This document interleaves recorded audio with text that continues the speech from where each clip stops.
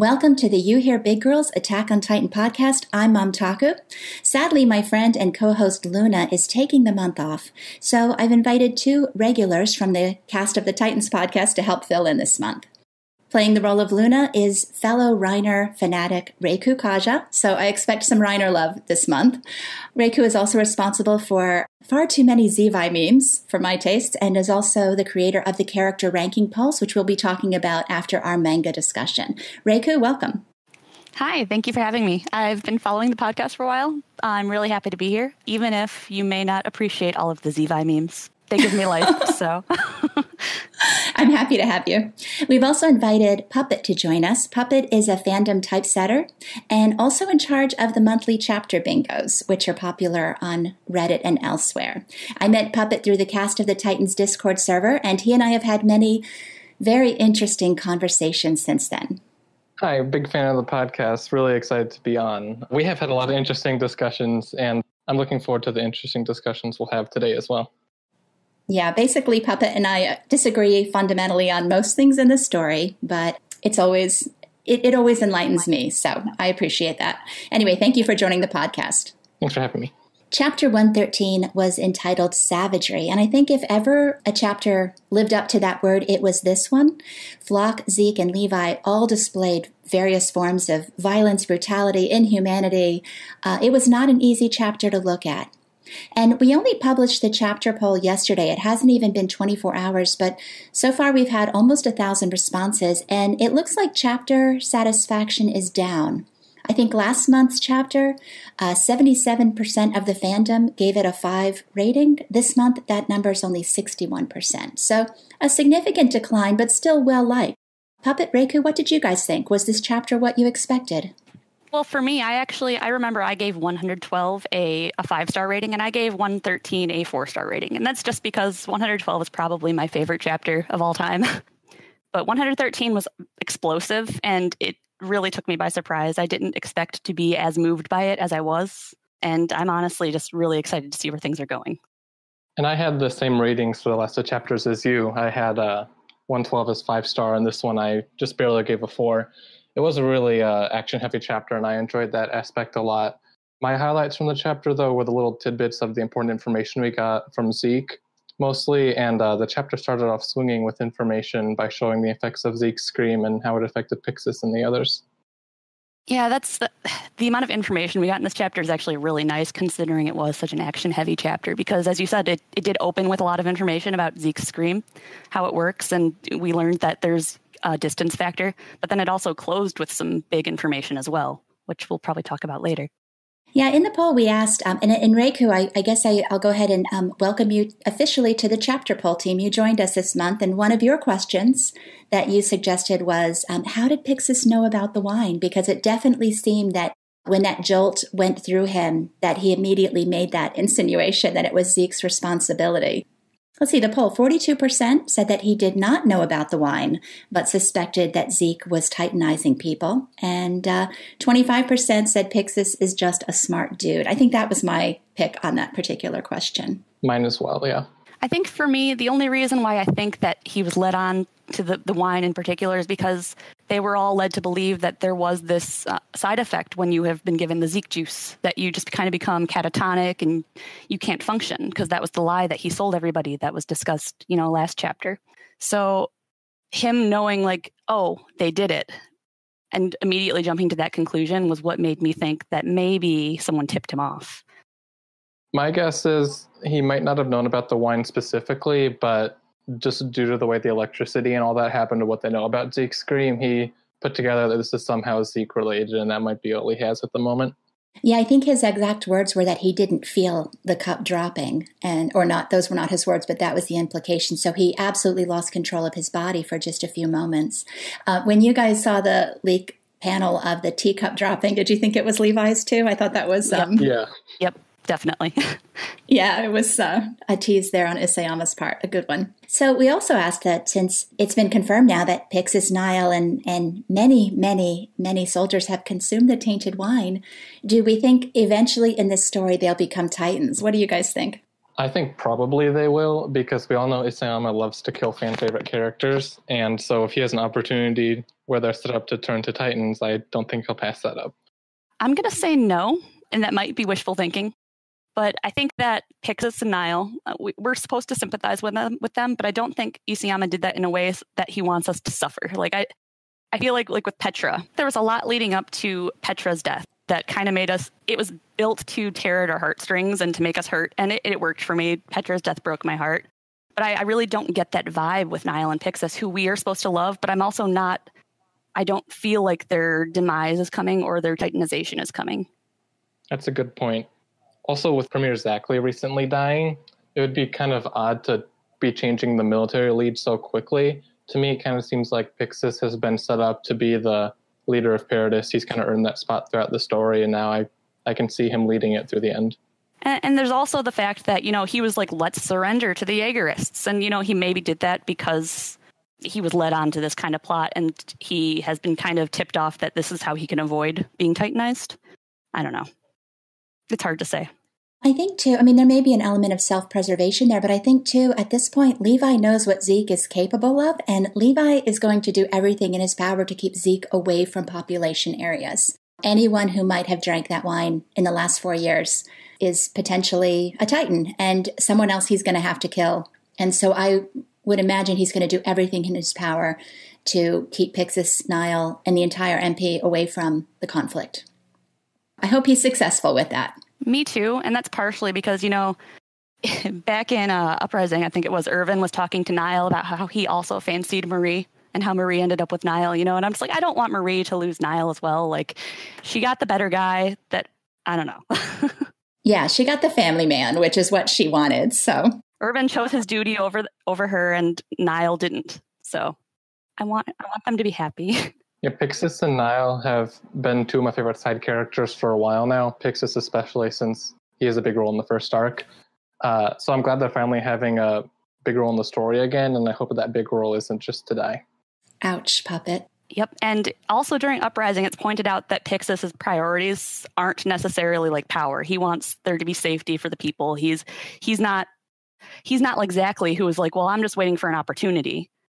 Pixis was a lot more cautious in Uprising. Yeah, I think Pixis throughout the manga has been painted as just a genuinely good guy. He's not been painted perfect. He's definitely somebody who has been hesitant to make decisions because his overwhelming concern isn't necessarily what's right for everyone. It's what's right for the people at the moment, which I think is very understandable for politically smart characters and also those who are just sick of bloodshed. So, he's been presented as somebody who's reasonable and cautious. He reminds me of like General Grumman in Full Metal Alchemist, somebody who definitely has their selfish side, but really wants the best for things and is hoping for a brighter future. And Nile, too. People say what they will about him, but he's genuinely somebody who cares about people. So, and these are the kind of, if this manga is going to have anything other than a horrific ending, these are the kind of people that need to be leading the world. Yep. When whatever goes down, goes down. I think there are very clearly two types of people in this manga. There are people who put the greater cause above the people they care about, and there's people who put the people they care about in front of the greater cause. Mm-hmm. So somebody who definitely puts whatever his greater cause is ahead of the people is going to be the first topic we're going to talk about, the first example of savagery in this chapter, and that would be Zeke. And I would like to start by just getting everyone's brief thoughts about Zeke. What do you guys think about him? Reiku, what do you think? I'm pretty solidly in the middle with how much I like him. I'm very intrigued by him, though, and I don't make any apologies for the horrible things he's done. But I also hesitate to just say, oh, Zeke's a villain, he's a terrible person, I want him to die, because I think that there's maybe a chance that all of his actions will end up being justified in the end, and that we just don't have the perspective to see that yet. My thoughts are very similar to Reiku, actually. So basically take what she said and then add on that I really enjoy his goofy, memey side that we saw, especially during the Marley arc. I find him really enjoyable to watch.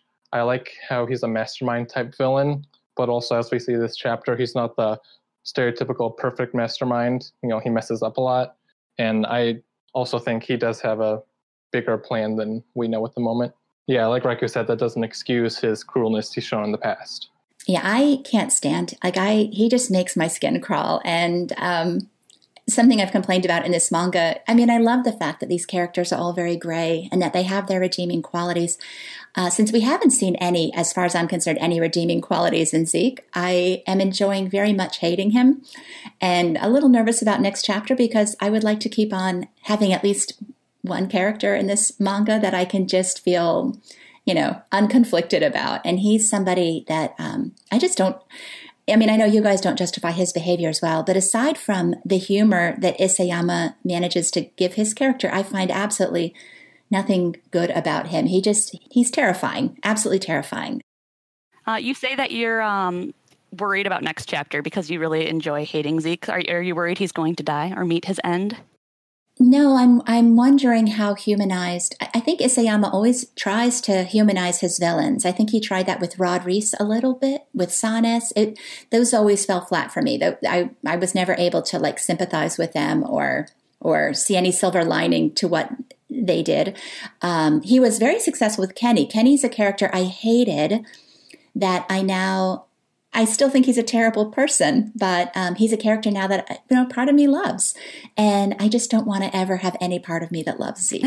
So that's totally selfish and silly. But him and Corinna Braun, let me just hate these people. Let me have some target, because this is a hard manga. We go through a lot as readers. Give me one outlet for my rage, and let it be this person. So yeah, I don't know if we'll get into predictions at the end of this chapter, but I know for a fact Isayama's going to try to hurt me or make me hurt for Zeke, and I am just not going to do it. Famous last words. It'll be really hard to keep hating Zeke if he continues with that adorable little baby face that he had at the end of this chapter. I'm going to X that one out of my tankobon when I get it. Next chapter we'll get some toddler Zeke. Playing with his little monkey toy. I know we can't compare suffering, but the characters I think that have had the most horrific backstories are certainly Reiner and Zeke. I mean, it's impossible not to feel sympathy for Zeke, for what he went through as a child. But there are just enough characters in this manga that went through truly horrific childhoods that actually grew up still caring about humans.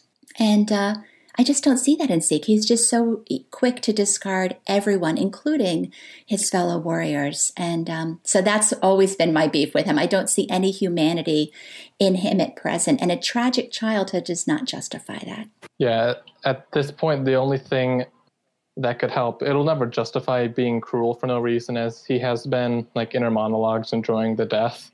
But the actions can be justified if we learn his full plan, and it is what he is implying it to be, which is a good thing.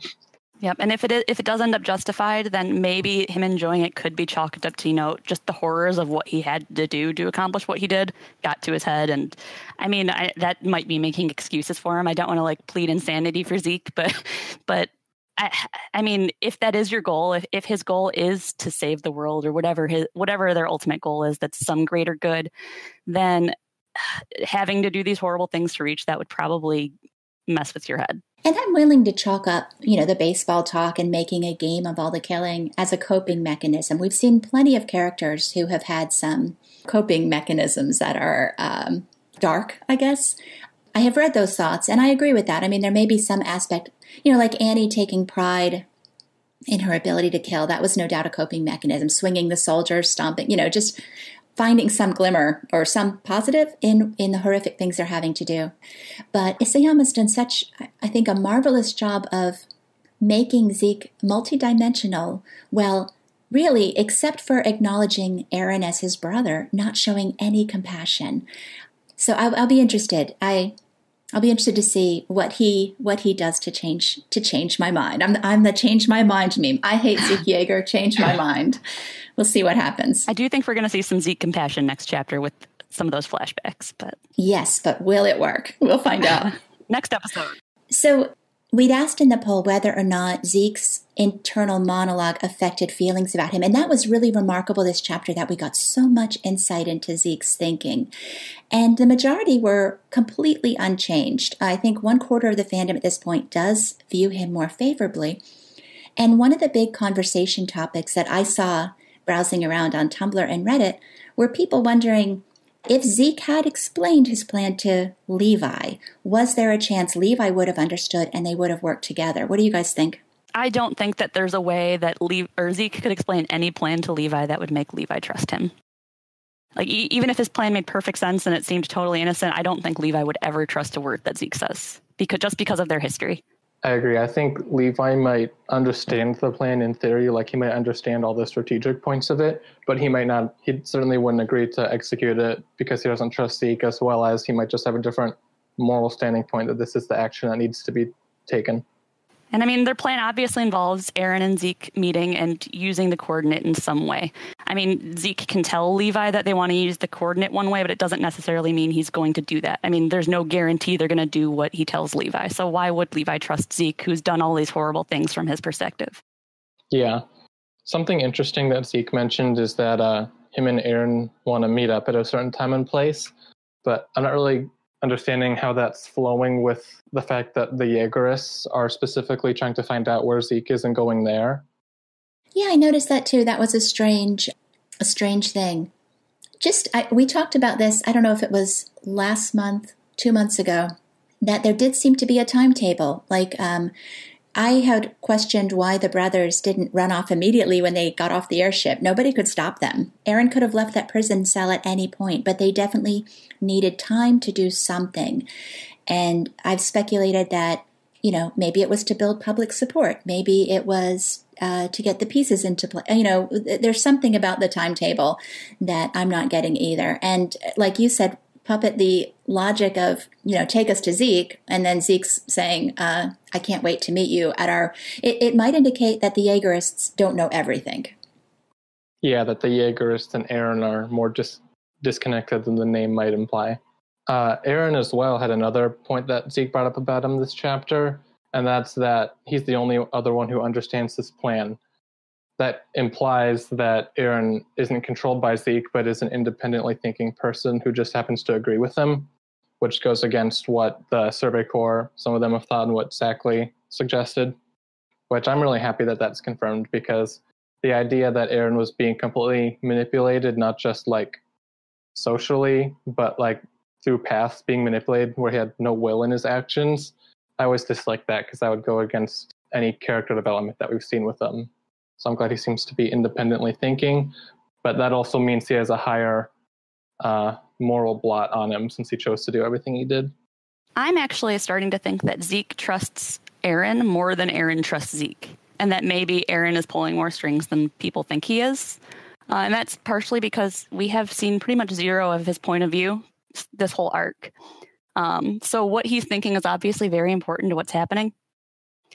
But it's really hard to say what he's planning or why he's using Zeke or why he's using the Jaegerists. Because I think he's using both groups. I think he's using Zeke and the Jaegerists. That panel really excited me this chapter when Zeke spoke honestly about his and Aaron's complicity in this and their agreement. And I always talk about Zeke never showing any signs of humanity. And I guess I take that back because the way he spoke about Aaron is almost fond, and my opinion was always that Zeke is manipulating using Aaron. Maybe that's not the case. Maybe it is going the other way, and I would be excited by that development. Again, it would speak to Zeke being presented as this flawless mastermind if Aaron is actually playing him. So yeah, I'm super interested and was happy to see that panel included. Yep, and we still haven't seen them together, really. I mean, we saw them on the airship, but there were no words exchanged. They didn't really even look at each other. So I'm really, really, really excited to see these two finally talk and do things together. Something I did really, that I also enjoyed, and I think, Puppet, you had mentioned this, was just the sheer memeability of Zeke. And that panel of him getting that Titan piggyback ride, he's kind of just like arms slouched around her, holding onto the finger. And I noticed when he talked about being sad about this particular engagement or not happy about it, that she appeared to be actually crying. And I wonder if, obviously he's able to control the Titans with his thoughts. Once they're in this form, he was able to somehow signal to her that he wanted to be carried, and she picks him up, that he was sad, and she starts to cry. I don't know if that's real or if I'm imagining it. Yeah, we've seen that some Titans are able to get their feelings across, like the one that Langer found that talked. And then, of course, Connie's mom saying, welcome home. And Dina Fritz letting some will come out and trying to find Grisha. So it's possible that this Titan, their sadness, was able to get out, which would be odd. Typically in the past, we've seen strong wills that are able to get through and do that. So it's interesting this kind of random soldier may have done that. Well, do you think she was channeling Zeke's emotions? Do you think she was reflecting his feelings? Or do you think that was kind of her, expressing her own will? Probably her own will. Zeke doesn't seem particularly saddened here, but also he hasn't seemed the type to show emotions. It's also very possible that she was just crying because the Titan next to her is flossing. Is what? Is what? Yeah, I was going to... Flossing, the dance move. The Mimi one. She's embarrassed that the two of them were assigned to work together on this particular. Oh my goodness, you're right. I just looked at it. He is flossing. Yeah, Isayama has spared no expense in how he's drawing these Titans and how horrific and adorable and hilarious and memeable he's making those as well. Yeah, there's the dance party in 106. It's like he moved on from, as soon as Titans weren't the scary threat anymore, now they're automatically just memesters. Comic relief. It's amazing how we get those moments in something this dark. But again, even though the female Titan in this particular panel, it's like he's enjoying spending time with her. I mean, his immediate reaction to rip her head off and stomp on her body, just another one of those moments where I'm just like, I'm absolutely stunned at his complete lack of humanity. I mean, he spent a solid month with that soldier too. And granted, she's an enemy soldier, but how can you be completely unmoved at the plight of people after a month? And he said it in 107, like that he's been responsible for killing so many Eldians, and they're the people that he's supposedly on the side of, and that he said it's what he felt he needed to do. And he said that he was tortured by it, but I mean, we saw how he acted this chapter too, so. Yeah, Aaron Kruger also sent thousands of Eldians to their deaths. We didn't get to see that, so he was likely stoic during it. We don't know if he had internal monologues enjoying it. It didn't seem like it, but for all we know, he did as well. But from what we have going off now, Zeke just seems like a cruel Kruger. When Kruger was talking to Grisha, he told Grisha that he felt bad for torturing Eldian after Eldian after Eldian, like the people that he was supposedly serving. So, I mean, Kruger also expressed that same kind of pained feeling about what he had to do. But Kruger actually expressed regret. Yeah, and in this chapter, we did get the insight that Zeke infers that he thought compassion, weakness, attachment to people were all downfalls. They were all flaws in personality. So Zeke truly seems to view attachments of any sort as weaknesses. Sounds like a Sith. Sounds like what? A Sith Lord from Star Wars. Are you guys also seeing the Star Wars parallels, like the Anakin, or Aaron being Anakin? Are you guys picking up on all that too? Is it? Yeah. I'm actually not a big Star Wars person, but okay, I can kind of see it. Yeah, I definitely am feeling the Star Wars parallels here. I'm bigger on the Guardians of the Galaxy parallels, just because I've been obsessing over that, supposedly influencing the ending. So I've tried so hard to try and think of how that can work in this story, and I just can't think of anything that is concrete. I've got an elaborate theory, but it's really crazy, so I'm not even going to get into it. Well, you have to at least tell us like whose character Aaron correlates to and Levi's. And Aaron is obviously Star-Lord. I think Zeke is actually Star-Lord's father, if we're referring to Guardians of the Galaxy 2. The long-lost family member he didn't know he had until very recently. That leads him astray, kind of. I think Reiner is Yondu, the disgraced hero who eventually ends up saving the day. And yeah, that's the really short version without me pasting my 5-paragraph essay. My best bet on what it means, I don't necessarily think there's like a character that correlates to everyone and it's going to be like the exact same thing just with Attack on Titan characters. I feel it's just the general way that final act is structured. Both of the movies end with like 3 forces together. Like the first one ends with the alien force, the people defending the home planet, and the Guardians. Those 3 forces. And the second one ends with the main villain, the Guardians, and then that like group of golden people. So with all the parties in play in Attack on Titan right now, I feel like we're going to have a final like battle with 3 parties in play with like the Warriors, the Jaegerists, and the Survey Corps, and maybe the World Forces involved, just all these forces going at each other. I know that's something that Luna's excited about, me too, the chance of the Warriors and the Survey Corps needing to join forces to stop a bigger threat. Or, anytime enemies have to come together over a common goal is always exciting to me. So I don't know if that's the direction the story's going to go, but it does seem that, everyone at this point is afraid of what Zeke and Aaron can do with those Titans. So it may be that alliances are formed, temporary alliances, which would be wonderful to see. Yeah, I agree that the Warriors will likely end up just talking things out with Armin and the other Survey Corps. I hope so. Yeah, me too. So let's move into the second savage person, and that would be Levi. And who would have thought the most controversial part of this chapter would be that Levi was able to quickly defeat Zeke? I don't know if that was just on Tumblr and Twitter that I saw rumblings of this. Did you guys hear any of that controversy? Did you see any of I think people were actually expecting Levi to die this chapter or be critically injured, and were very disappointed that he wasn't. Well, I was actually following the leaks when they were coming out, so I definitely was hearing all of the, oh my gosh, Levi's going to die, and part of that was because of the leaks that dropped when they did. I didn't really expect him to die, especially not in the second to last chapter of a volume.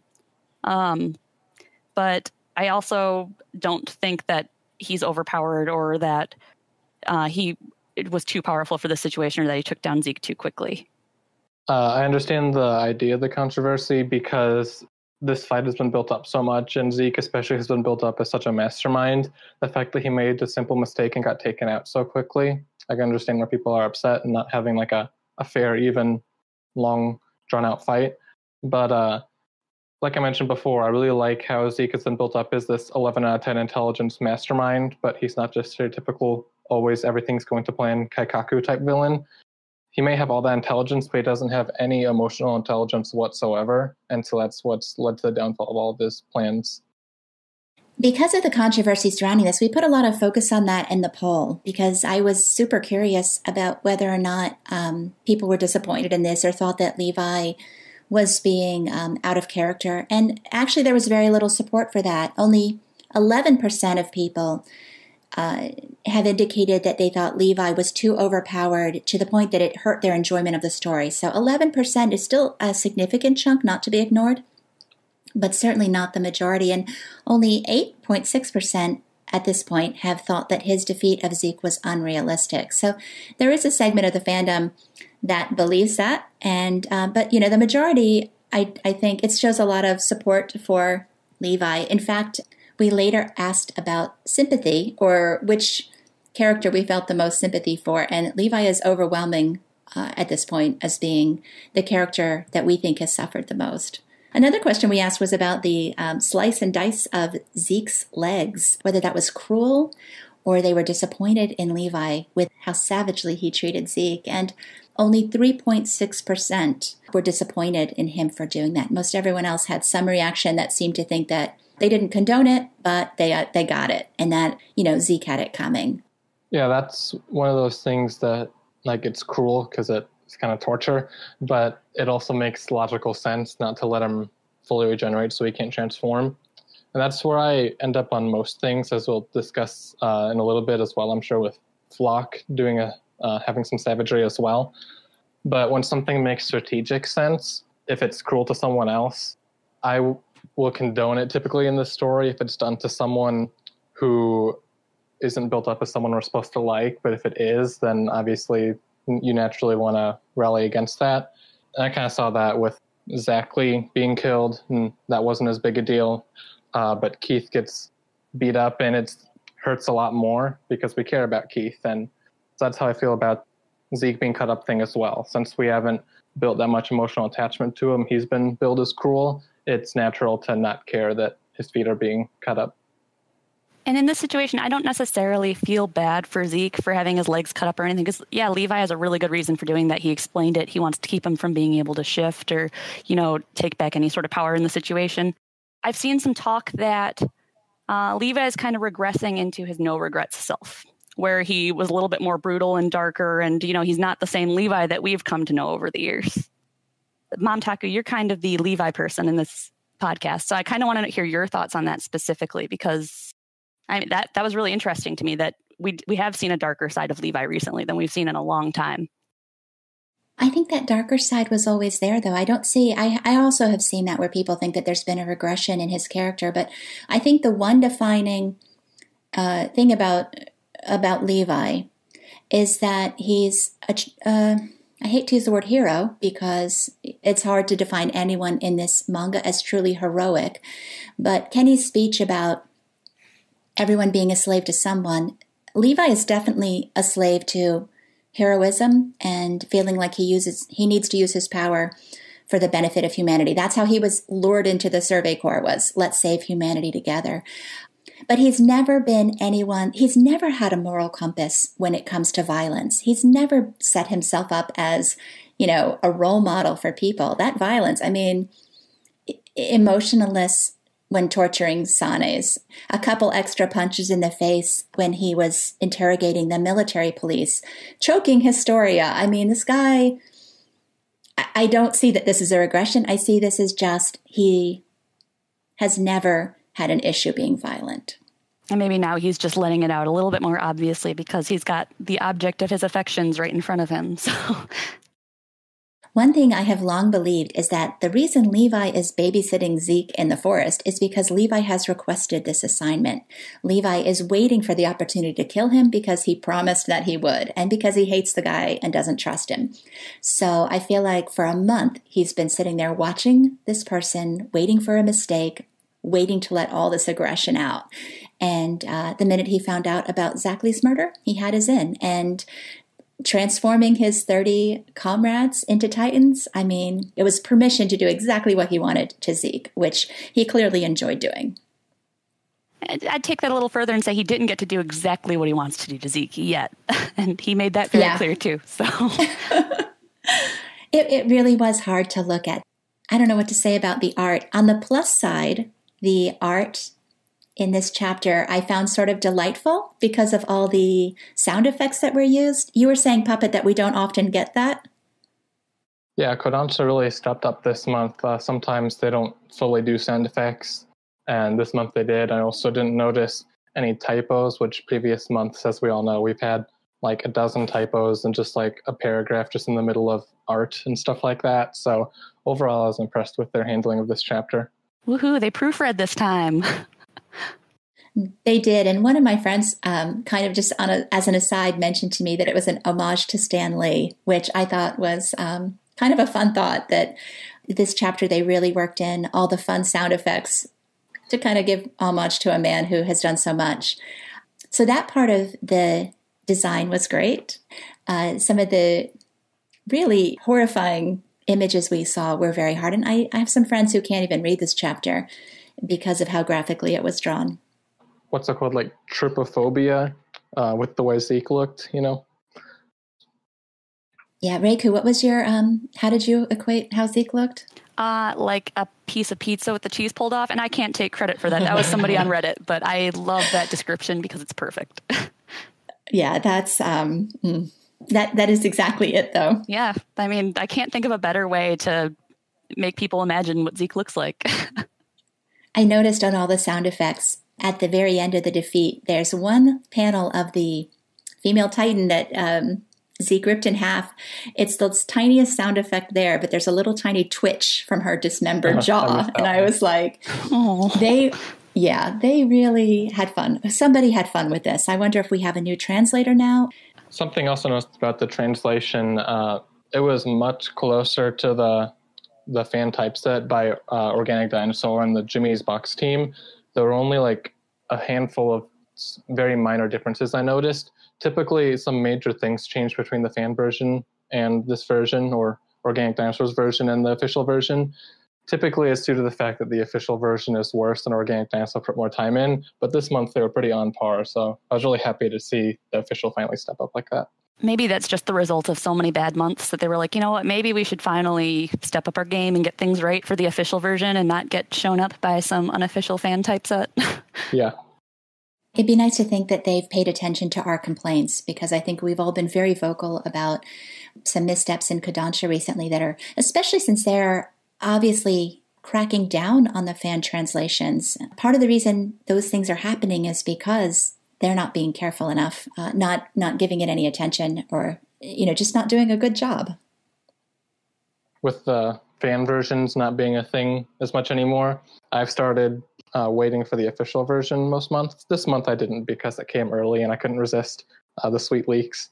But I was worried that since I'm going to read the official version mainly from now on, that if the quality continued to be the same, it would make my initial reading experience poor. That's why, for the third time, I'm really happy to see them step up. And this month didn't have a lot of text, so it wasn't a big test. If next month has a lot of text, like if it's flashback heavy or something, then hopefully they can continue with another month of good quality. It's a very good point. This chapter was not very text heavy.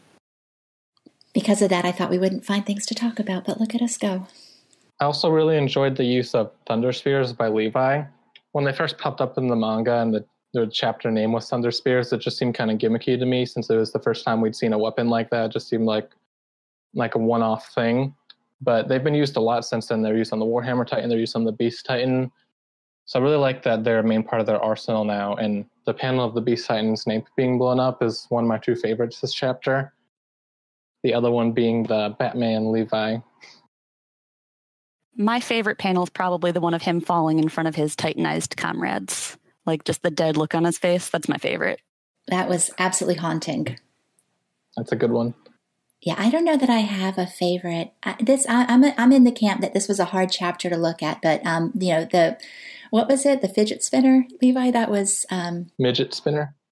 Yeah, midget spinner. All of that was fantastic. I obviously am feeling like I do about Zeke and how I feel about Levi.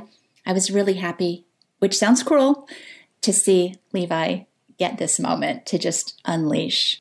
That was gratifying, and it shouldn't be, but I loved it. Well, I thought the battle between Zeke and Levi was actually kind of hard to follow on my first look through, just because of the whole branches thing and what Levi was doing in the trees. But I thought it was actually really clever because in a way I was kind of misled in the same way that Zeke was. When Zeke thought he was throwing stuff at Levi, I thought he was throwing stuff at Levi too. But turns out Levi was a step ahead of both me and Zeke and was, trying to distract him from seeing what he was doing and where he was coming from with his Thunder Spears. And it worked. Same here. It took me probably 3 read-throughs of the fight to fully comprehend what was going on. There was a lot going on, a lot of smart maneuvers. I was like, why is it raining flowers and branches? What's going on? But yeah. This is one of those that makes me excited that it will be animated someday. And I think even once the colorists get in there and color the chapter, it's going to make it a lot more vivid as to exactly what Levi did. Yeah, this is going to be amazing animated. I can't wait. I can't help but wonder, I saw somebody sent me an ask, do I think Levi will face negative consequences for stopping Zeke and delaying the Yeager brother plan? And my immediate reaction was no, of course not. The only negative consequences Levi ever faces are losing his friends, and he's already done that. He's lost basically everyone. I know he still cares about Hanji. I know he still cares about his comrades, but that's the only negative consequence. But then I started thinking about it and reading other people's replies, and that's not the only consequences. I mean, this could end up even worse because this is Levi. Knowing Isayama, even good things end up becoming horrible things. And regardless of Zeke and Aaron's plan, I personally don't think that Zeke and Aaron's plan is to the benefit of humanity. I don't think Zeke's is anyway, maybe Aaron. But delaying this could have a ripple effect that could end up, here I'm cheering Levi doing this thing, and it could end up disastrous. So we did ask this question on the poll, and more than half the fandom thinks Levi is absolutely going to have negative consequences for this because Isayama. What do you guys think? Is there any chance that Levi can have this one moment without paying for it? I think that's actually the point. I think this is Levi's one moment. And I know how cynical that sounds, but when I was reading through this chapter and when I was getting the leaks and everything and everyone was worried about Levi's death, I wasn't really concerned because like I said, it was the second to last chapter of a volume and it didn't really seem like it was his time to go. But now it's really interesting that what I'm seeing happen in the fandom is that people are not worried about Levi at all anymore. Everyone's saying wow, Levi's going to live to the end. Levi's going to survive. but the way I've kind of been reading this whole volume 28, is it's been very focused on Levi's character. Like, we had chapter 112 where it showed his comrades, all the people that he cared about that he's lost, with special emphasis on Irvin. And we've also had this chapter now where it looks like a victory and everyone's like, oh, we can rest easy, we could exhale. Levi's not at risk anymore. And I'm really thinking that it's all leading up to a really, really heart-wrenching chapter 114, in which Levi is no longer going to be with us. And how's that? I actually think it might be Aaron that does it. I'm not sure how or when or where. But, I mean, we were just shown in, I think, chapter 112 that Levi he doesn't want to pass off Aaron's Titan. He says he believes in him. He doesn't want Aaron to die right now. And so it would just be kind of a big gut punch if Aaron, upset about Levi getting in the way of his plan, or Levi interfering with it, gets rid of Levi. And it just, so much emphasis was put on Levi this volume, and volume 28, I'm thinking, is going to be a Levi send-off volume. Is this volume 28? I believe so. Is it? Okay. Yep. Ask our resident trivia man. All I want, I expect Levi will die before the end of the manga. All I want is, when he was talking about Aaron last chapter, he put his hand to his head and he said, was this all a cruel joke? All I want is for Levi to die, not thinking that his life was a cruel joke. Like, knowing that everything he's done, all the mistakes he's made, all the choices he's made, have ultimately resulted in something good.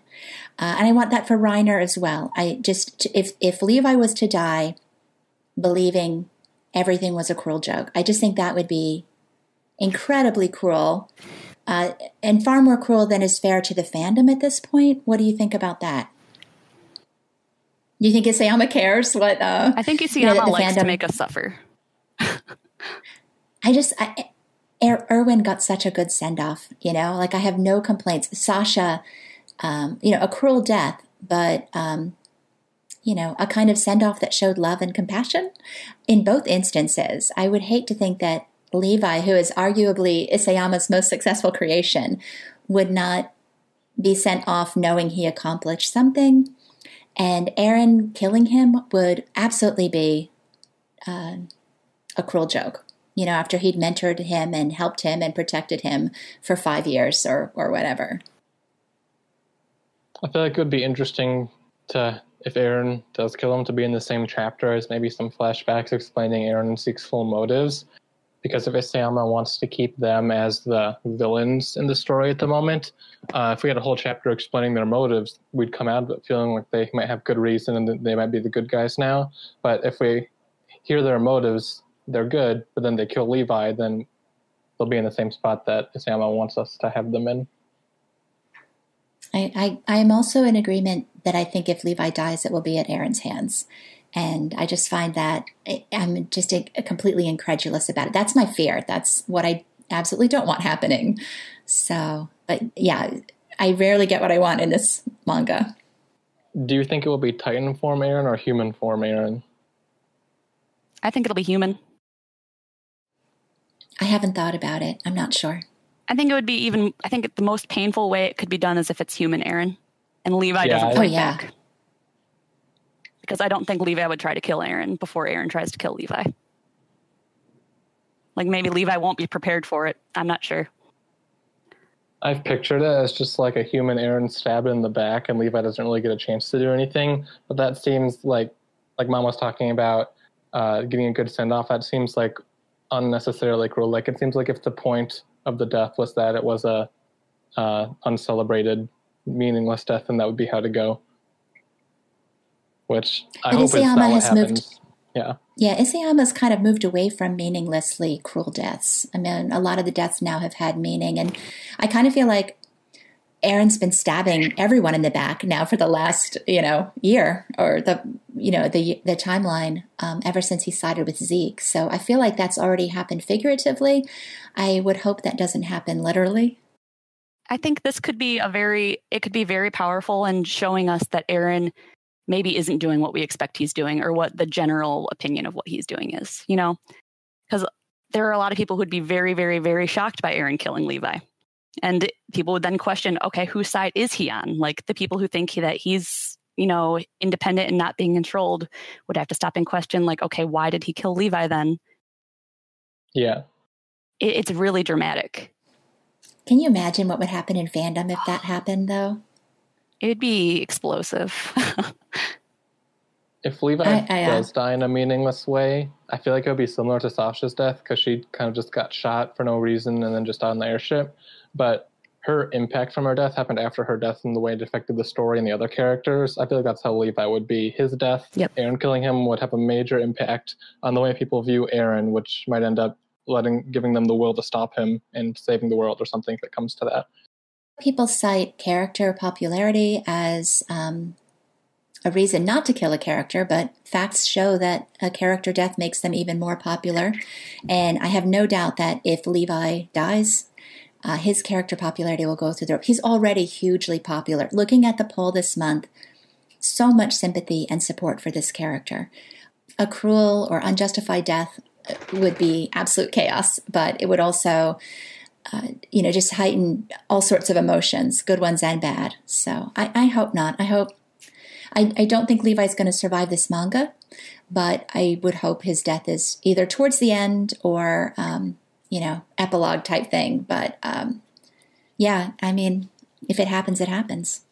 And I agree with you, Reiku. I could see it happening. Yep, and we're also we're getting pretty close to the end, depending on like whose guesses you think are more accurate. Like I'm actually thinking chapter 122 is going to be the last chapter of the manga. Most people, I think 126 is the most popular guess right now. What are you guys thinking? I'm in the 130 camp. Yeah, I agree. At least 2 more volume, or this volume, and then 2 more. That's at a minimum. And we see how Isayama can move the story when he wants. He can very effectively move forward at lightning speeds. So it just depends how much time he wants to talk about all the side characters that he introduced that still have like little threads hanging around. I think that the story is going to come to an end fairly quickly once the Jaeger brothers meet each other, assuming they still do, which I think they still are. I don't think there's a whole lot that could happen once they meet, like after that. I agree. I feel like we're going to get a few chapters tying up the loose ends. Like next chapter might be a Zeke flashback explaining motives there, and then we'll get some Historia info, and then maybe like a warrior chapter, how they're involved, and then all the pieces will be in play to have a few chapters to finish out. Yeah, this chapter, though, really exemplified. I mean, I think people were expecting, like you were saying earlier, that this to be a more evenly tied battle. I mean, we think about like some of the early Titan battles, Clash and the ones in Trost, those went on for chapters. This one was done in, 6 pages. This was also one-on-one, though, too. Yeah. Well, I guess not one-on-one, but for all intents and purposes, it was one-on-one. But I could see early in the series where Isayama would have, drug this out forever. We'd be every month wondering who's going to live. And it just didn't happen this time. This time it was just a smackdown and it's over. So he can, and people were disappointed by that, right? They wanted to see a more evenly matched battle, which would have taken more time. So he can move the story. He absolutely can make things happen quickly. I feel like another main reason that could contribute to people's feeling about the fight being too easy for Levi's side is that their first fight, which went even quicker than this, was the fight in chapter 81, where Levi just sliced him up in like 2 pages, and that was the end of it. There wasn't even a fight. And so I feel like people were looking forward to the fight. Like, Zeke's learned from his mistakes, not to underestimate Levi. They're finally going to have like a good fight, 2 of our favorite characters, epic fight, and then it went very similarly to chapter 81's fight. Was Zeke's problem back then underestimating Levi, or simply just being distracted and not realizing Levi was coming for him? I mean, he underestimated the Survey Corps. I think it was Erwin he underestimated as far as strategic thinking, and then it was Levi as far as skill. Yeah, I think he definitely underestimated Erwin's self-sacrifice. And then, of course, this chapter, completely not understanding human emotion, thinking that human emotion on Levi's part would stop anything. I think my favorite line in this was when Levi... Okay, this is strange. Puppet, you might have insight into this. It looked like they were talking, but they're having kind of like parallel internal monologues, right? When Levi says, yeah. Where Levi says, you thought I couldn't kill people. Do you realize how many of my comrades I've killed? I mean, was there any moment in this story where they were actually hearing each other's thoughts? I think Zeke was yelling some of the things he was saying. Like when he was talking about his cute subordinates. Was Levi speaking back, or was that his internal thoughts? When I read it, and so far when I've read it, it was Levi actually talking. But yeah, it could just be internal monologue now that you say that. I think it was Levi talking, but not for Zeke to hear him. It was more like talking out loud to yourself. Yeah. The speech bubbles are like talking out loud speech bubbles, but I don't think they were intended for Zeke to hear them because that wouldn't make sense. Yeah, it would be impossible, being that unless Zeke has super hearing in addition to super throwing, because their physical distances would not have allowed it. Okay, so that makes sense. So Zeke actually speaks to Levi, what happened to your cute subordinates? You've killed them. And then Levi responds, but not in a way that Zeke can hear him. That makes sense. Yeah, Levi could definitely hear Zeke because Zeke's got the big old Titan voice. Well, the point of, do you know just how many we've killed? You know, I just absolutely loved Levi getting to say that. Yeah, because Zeke doesn't understand that. Like, Zeke doesn't understand what Levi's had to go through for the past however many years he's been doing this. Yeah, and I don't think Zeke understands basic human emotions. I don't think he understands how emotions work or how people have them. I don't know if that's because he doesn't have them or he's buried them so far that they're completely gone. Well, it's interesting because it seemed like he expected Levi to have more human emotion and that he expected Levi not to be able to kill his subordinates because they're his subordinates. That's a really dumb thought to have. What was he going to do? Yeah, like just let his subordinates eat him now because they're Titans? Like, yeah. I mean, most people, I think, would probably be more conflicted than Levi was doing what he did because Levi's very down to the point and like practical, pragmatic. He knew what needed to be done. We still got that one panel of him asking if his comrade was still in there. That was, that was just to hurt us. Just go ahead and stab us all in the heart with that one. Oh, and the tea. The panel where they're asking him if they can drink the wine because Levi has tea he could drink too. And oh my goodness. Yeah, that moment of realization was powerful. I don't need a heart. It's okay.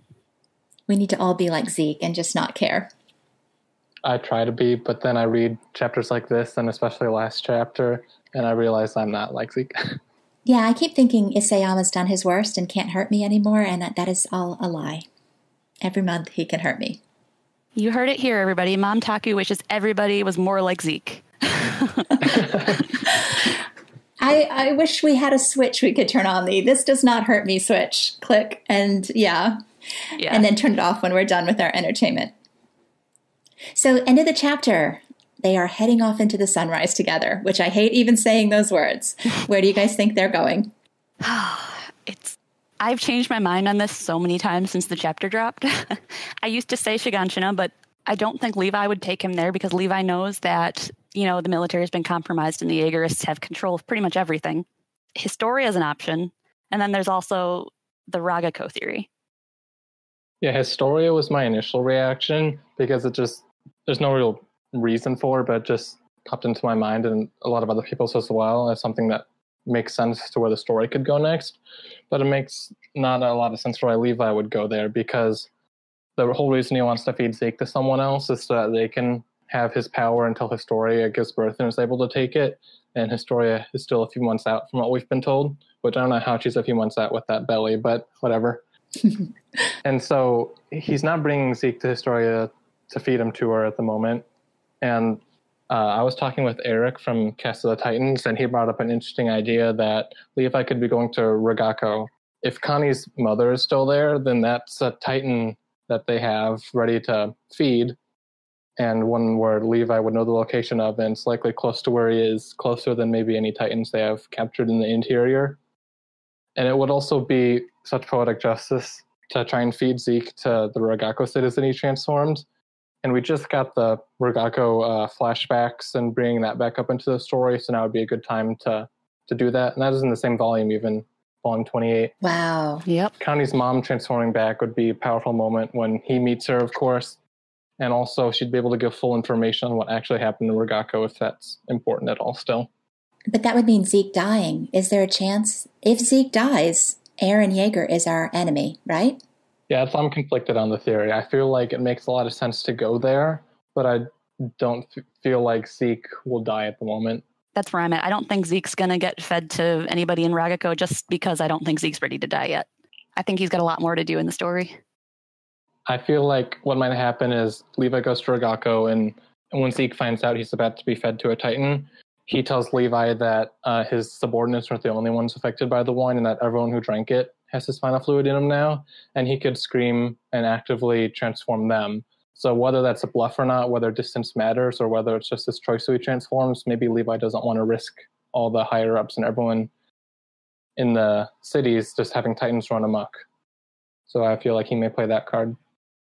I mean, I definitely think the wine was planted so that Zeke would have leverage over every single person in the story. Mm-hmm. And that is powerful. That's a powerful motivator. If Zeke is able to control his scream and really fine-tune when it does, and that was even hinted at in this chapter. Levi asks himself when he realizes that these Titans are faster than most, did Zeke do that? Zeke clearly can create designer Titans. Like, he can imbue them with all sorts of interesting quirks that most Titans don't have. They can move at night. They can be fast. So that's definitely something Levi could believe. If Zeke says, I can control this, I can scream, and your entire walled city will be filled with Titans. What you going to do about it? That would certainly work. I tell you, I had never in a million years would have considered Rakugo as a destination, but I can't unsee it now. The mountains that are shown are definitely make it look like it's Historia. I think we're supposed to think he's going to see Historia, that he's just done with this and is going to end it. But wow, that would be quite the twist. And if that's your and Eric's theory, then bravo. One thing that I think is kind of an oof about that theory, though, is if Connie's mom is the person who gets the Beast Titan or whatever, then it means they're probably going to need to be passing it off again very soon. Like, she's not going to get her 13-year term because they need to give that Titan to someone who can activate the rumbling with whoever's holding the founding Titan. Ouch. Yeah, it would essentially be giving Connie the option to say a final goodbye. And that's about it. That's so oof. What's wrong with you people? I don't need to hear this. Where's my Zeke, my Zeke switch where I can turn off my emotions? That would be so, I love Connie.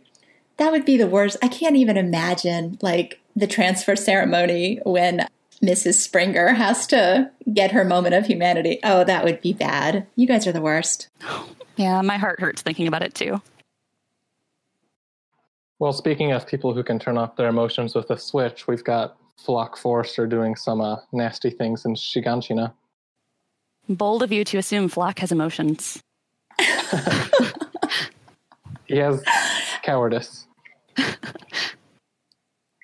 So I think one thing I've not discussed with you all, I have discussed with Puppet, but not you, Reiku. What is your impression of Floch? Where there's a lot of disagreement in the fandom about him. How do you view him? Or how did you view him? When he first showed up in Marley, I thought he was kind of fun, and he seemed like kind of an asshole, but kind of a fun asshole that you could just love to hate. So I kind of liked him for that purpose, but now he's getting a little too extreme for me, and I don't even really enjoy the memes about him that much anymore unless they're making fun of him. So I'm not really pro Floch at all in any way. And I have so much dislike for Floch that I hope you don't mind me mentioning this, Puppet. I couldn't even write a question about him in the poll without it being just really negative and biased. So I actually asked Puppet if he would make a contribution this month to the poll. And I really liked the question that you suggested.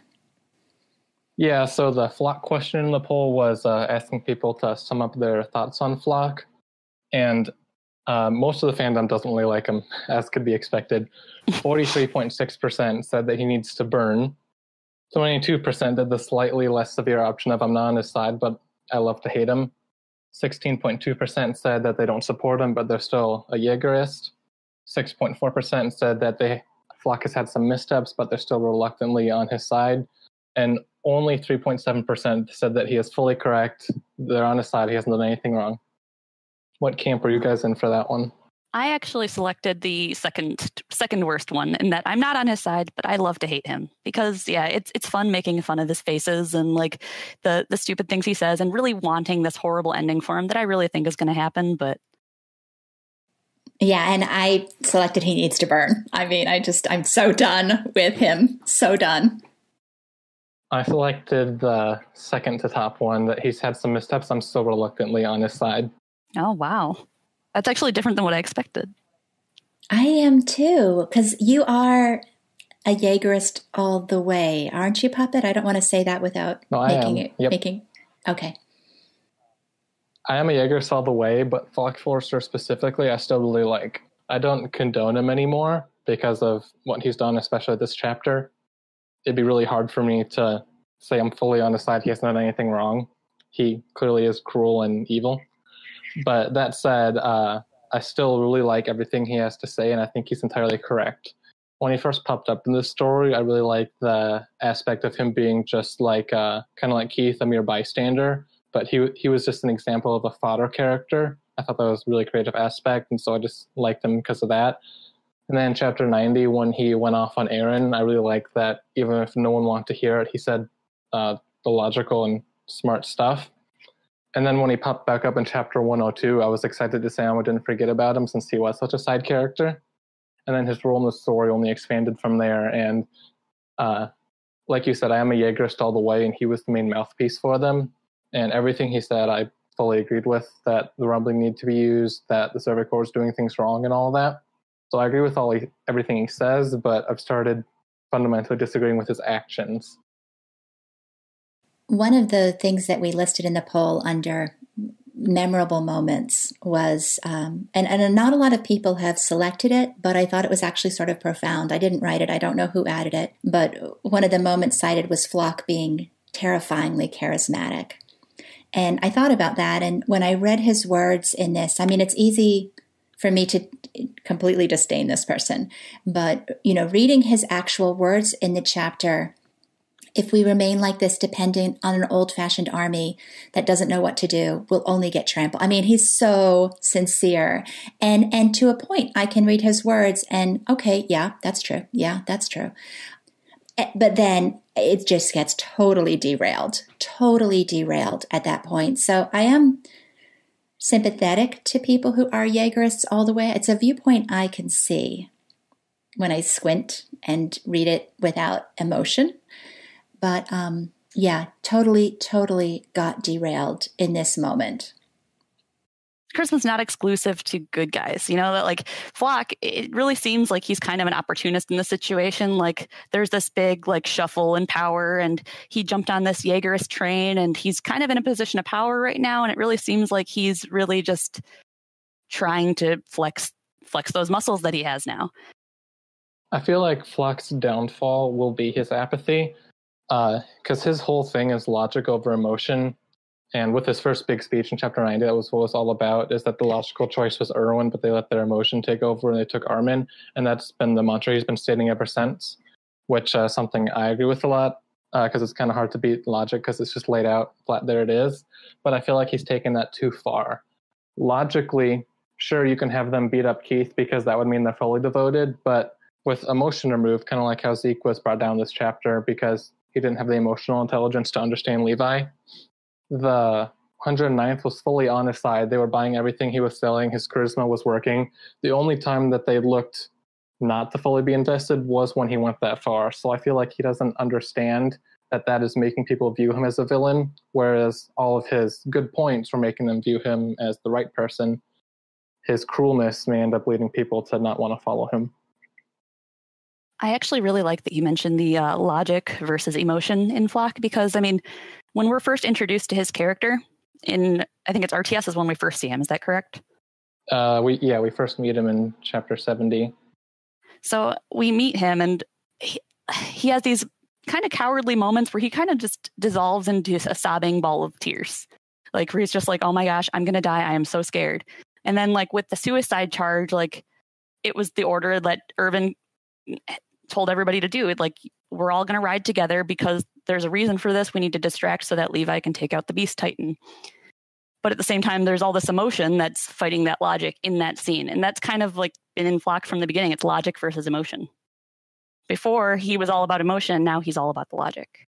Yeah, for sure. I feel like Floch is still on the suicide charge. To go on the suicide charge, you have to put aside everything that you thought to do what you had to do to save humanity. And I feel like he's still on that. He's put aside everything. He acts like he's just living on borrowed time. He's like, I should have been dead, so I don't even care if my moral conscience is ruined. He's just going forward, like Aaron said, always moving forward. Sometimes always moving forward means not taking a second to think about what you're doing when you should. Yep, and he hasn't been ruled by his emotions since then, I don't think. He's been all about logic. I can agree with some of what you guys are saying about this. And I especially agreed early on. I mean, I understand why Floch became who he did.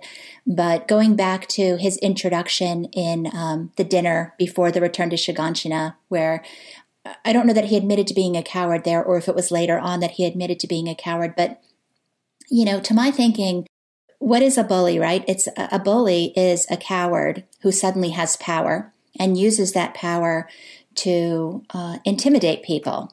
And what's happened is this individual who was very much a coward has now become a bully.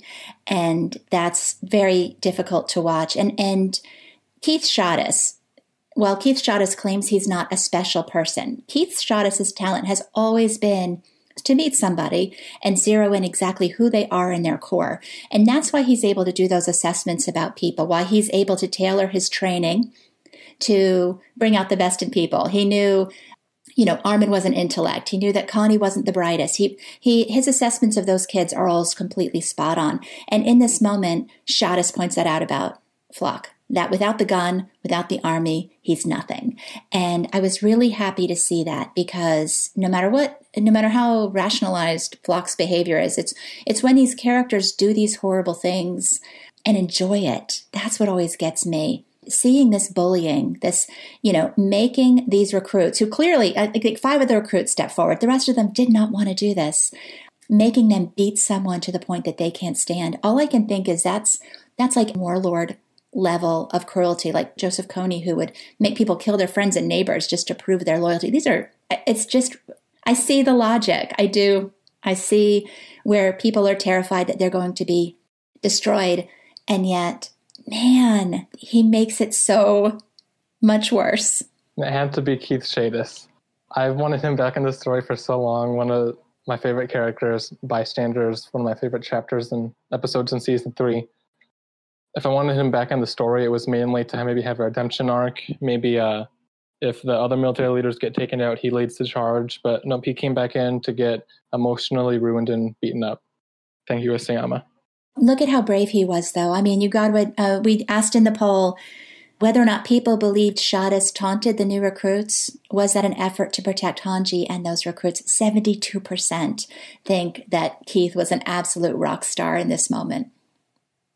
Well, nobody really thinks he thought he could take on all those recruits, right?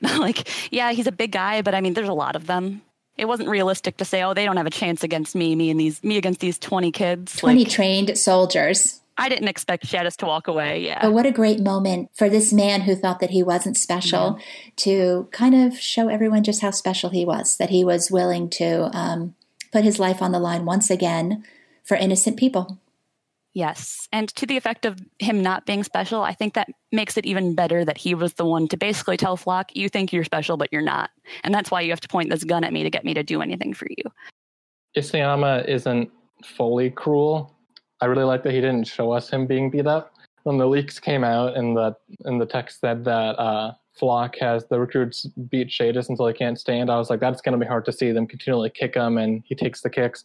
So I'm glad it was just a cut. Isayama knows what over the top unnecessary. Yeah, that's true. He gave us blow by blow of Zeke being completely physically decimated.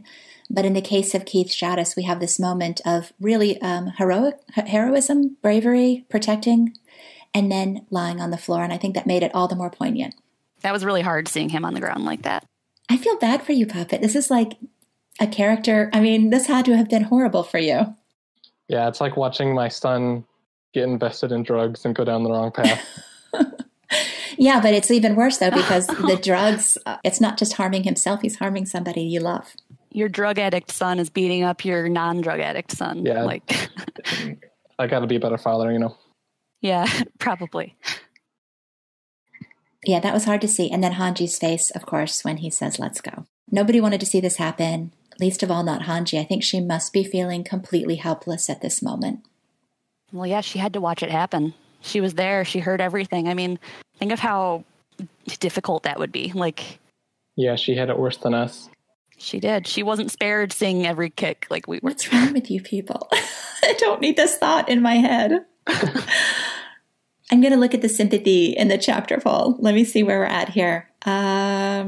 So we asked the question of who best exemplified savagery, and so far 70% have said Levi. And then later on, I think at the end, which character did this chapter make you feel most sympathy towards?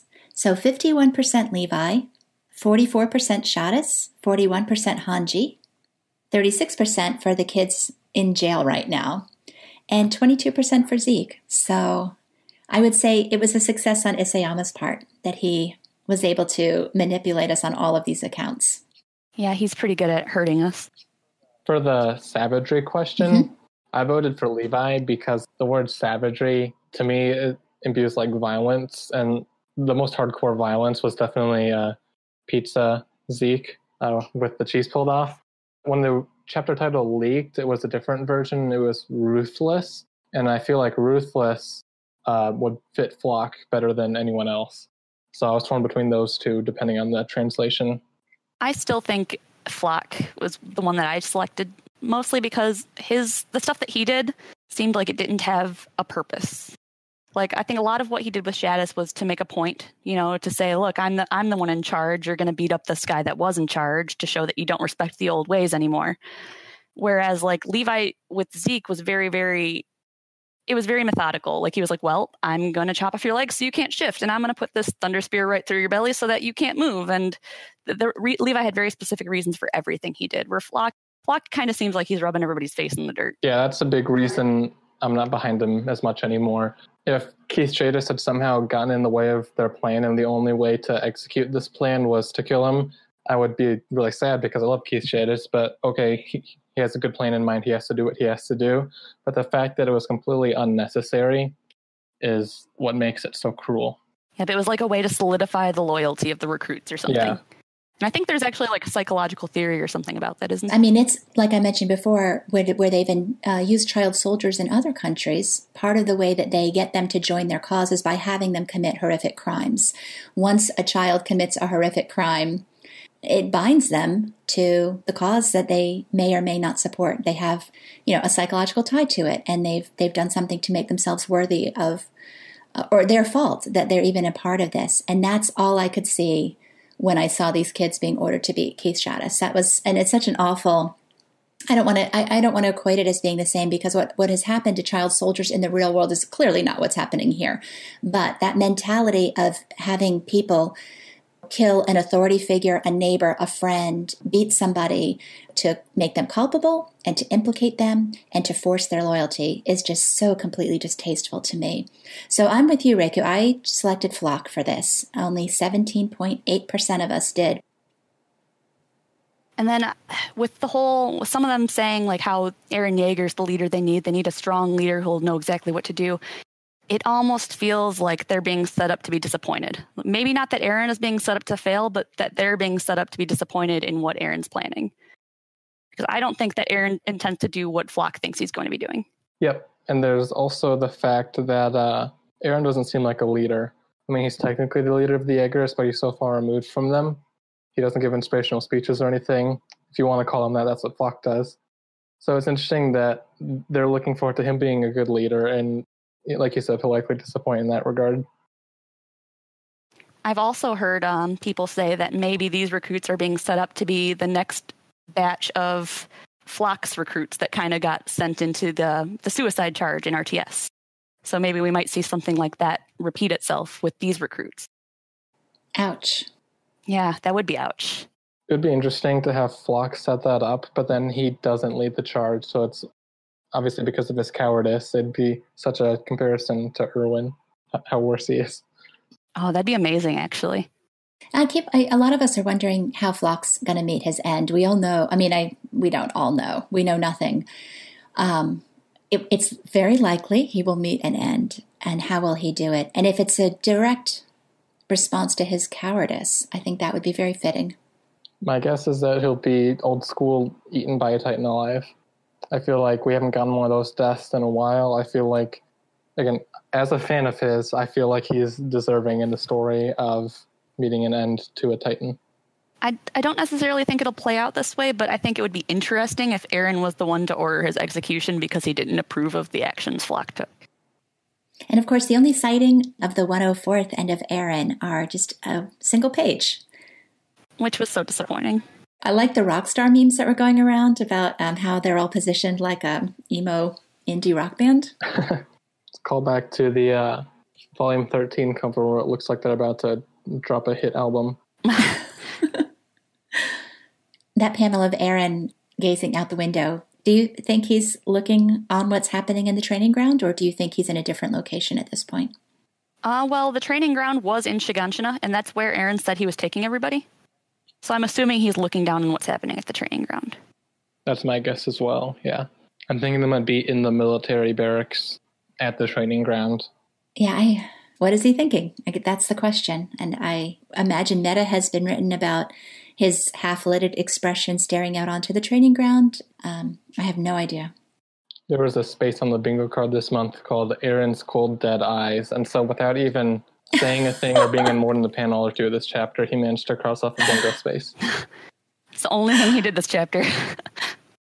All right, so the chapter ended with a prequel, or what do we call it, a teaser about what's going to come next chapter, hopefully. Baby Zeke playing baseball with who we had referred to as Glasses Coon. Is that the name that the fandom had given him? Mystery Man, I think, is the official Wikipedia term that had been used for him, but Glasses Coon is also very common. Okay, so now we know his name is, are we going to pronounce it Xaver? How are you all pronouncing it? I'm doing Xaver as well. I'm just using Xaver. Xaver? Okay. So we get our first glimpse at Xaver and Kid Zeke. Do you guys have any kind of speculation about who this Xaver might be? There was a poll question about that, right? And I think I agree with the majority of the fandom here. The majority of the fandom, I think it was, 84% think that he's the former Beast Titan. 28% think he is was associated with Kruger. And another 51% think that he encouraged Zeke to rat on his parents. I think I checked all three of those. Yep, I checked all three of those as well. Okay, I am in the minority on this one. I am of the feeling that this man met a very tragic end, that this was somebody that brought joy to Zeke, that Zeke clung to after his parents were taken away from him, that this became someone very dear to him, and Marleyan cruelty ended his life in some dramatic and horrific fashion. If anything's going to tug at my heart, it would be Zeke losing somebody he truly cared about, somebody who truly cared about him, having this one nice thing in his life ripped away from him because of, having to eat him would certainly be having him ripped away from him. If there's some very dark side story here to what happened to Xaver. For me, I've always kind of been suspicious about Zeke's motives for turning in his parents. In chapter 107, he explains that as a 7-year-old, I was quick to realize that the search led by the Marleyan authorities was nearing the restorationists who were headed by my father, and that he thought that they were being too reckless and not being careful enough. And I always thought that that was really strange for a 7-year-old to think. And those were really big conclusions for a 7-year-old to come up with, even if he is a very smart 7-year-old. So ever since we've seen this panel of Xaver playing catch with Zeke, I've just kind of imagined Xaver kind of playing catch with Zeke or spending time with him and saying he's the one that maybe can put these thoughts into Zeke's head, maybe, because they just didn't seem like organic thoughts for a kid to have. Yeah, I agree. Somebody manipulated Zeke. I know 7-year-olds. I have been around 7-year-olds. I have raised a 7-year-old. Their go-to response is not, let me turn in my parents and kill them. Without getting into psychology or life problems, whatever, kids want to please their parents, and it takes a lot. It takes years before a child will turn on their parents.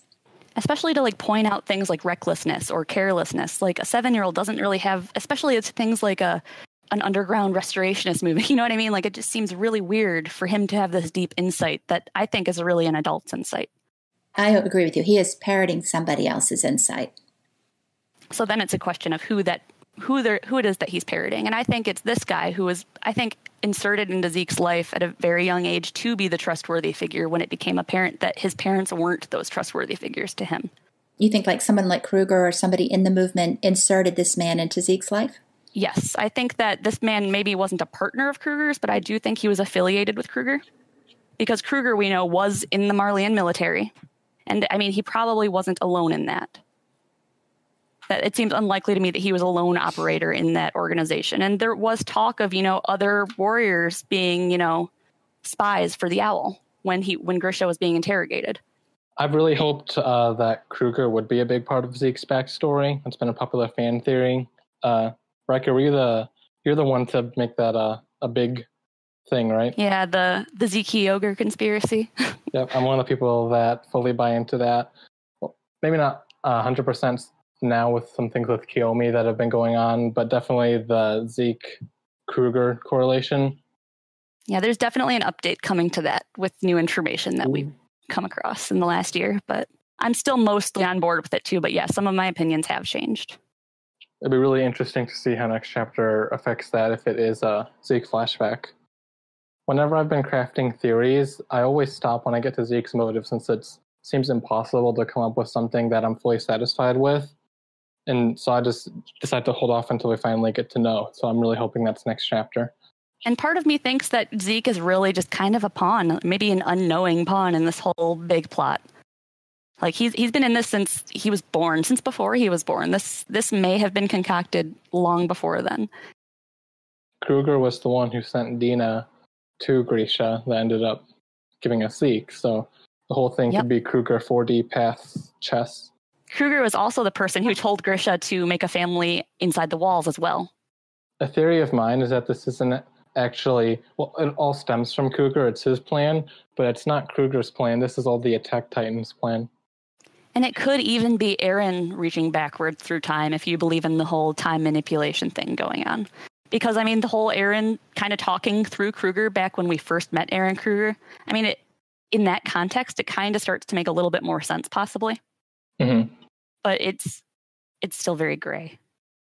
Well, hopefully next chapter we'll settle this about who Xaver is, whether he's a family friend who died tragically or the previous Beast Titan inserted by the Revolution to continue to manipulate Zeke's life. One thing I did really like about this Xaver thing that happened that I want to say is that the glasses being revealed to be his. I mean, it's not confirmed, I guess, exactly, but it's pretty obvious that it is. And I think it also kind of proves that Zeke doesn't need the glasses, that he wears them as a sentimental reason. Yeah, it's the first sign of Zeke's emotional attachment to anyone. And the glasses, they've been Zeke's way of hiding his opinion this whole story. You know, he shields himself with those glasses. Like a true anime villain. Yes. So we'll find out in 114. So that wraps up our chapter 113 discussion. After the break, I'd like to spend some time getting to know our guests a little better, also take a look at the SNK in the news, and reveal Puppet's rather extraordinary talent. We'll be right back.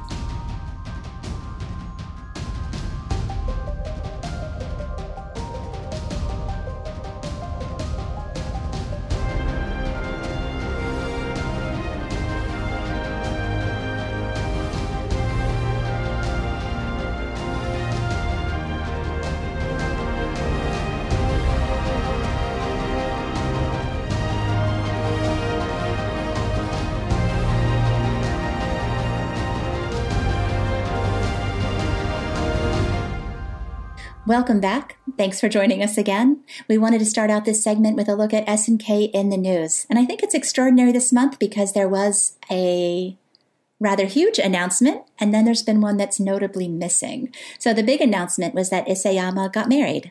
I was trying to remember which magazine cover we saw of him recently where he's changed his hair, he's changed his clothes, he's smiling. There was some fandom speculation that maybe things were looking up in his life. I'd seen someone even speculate that he had gotten married. Hard to imagine if that's going to impact the story, but it certainly was good news to see that he'd found somebody to partner with in his life. But the other piece of news that's noticeably missing, Puppet, do you want to talk about that?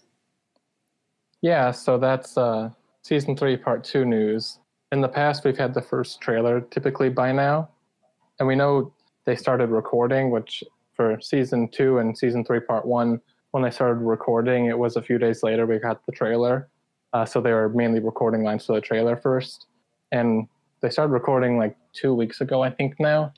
So it's very odd that a trailer hasn't dropped yet. Season 2 had 2 trailers. Season 3 Part 1 only had 1. So I'm thinking we'll probably only get 1 trailer for Season 3 Part 2. And I'm hoping it comes out soon. So we're all on Season 3 watch. Yeah, we are starting to get those hints of news, which are always exciting to see.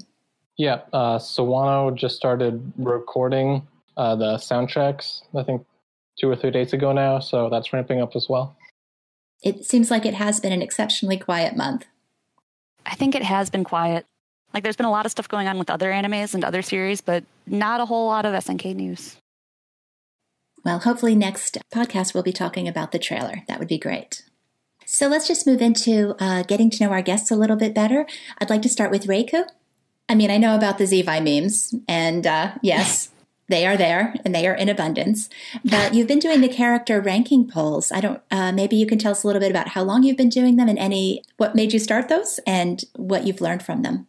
Actually, I started the polls around chapter 99, which was, Reiner had just started becoming very popular in the fandom. People were really warming up to him, and I was included in that group. During Return to Shiganshina, I hated Reiner. I wanted him to die. I wanted him to suffer, and I was very betrayed by him, and I was angry. So when his head got blown off, I was very happy.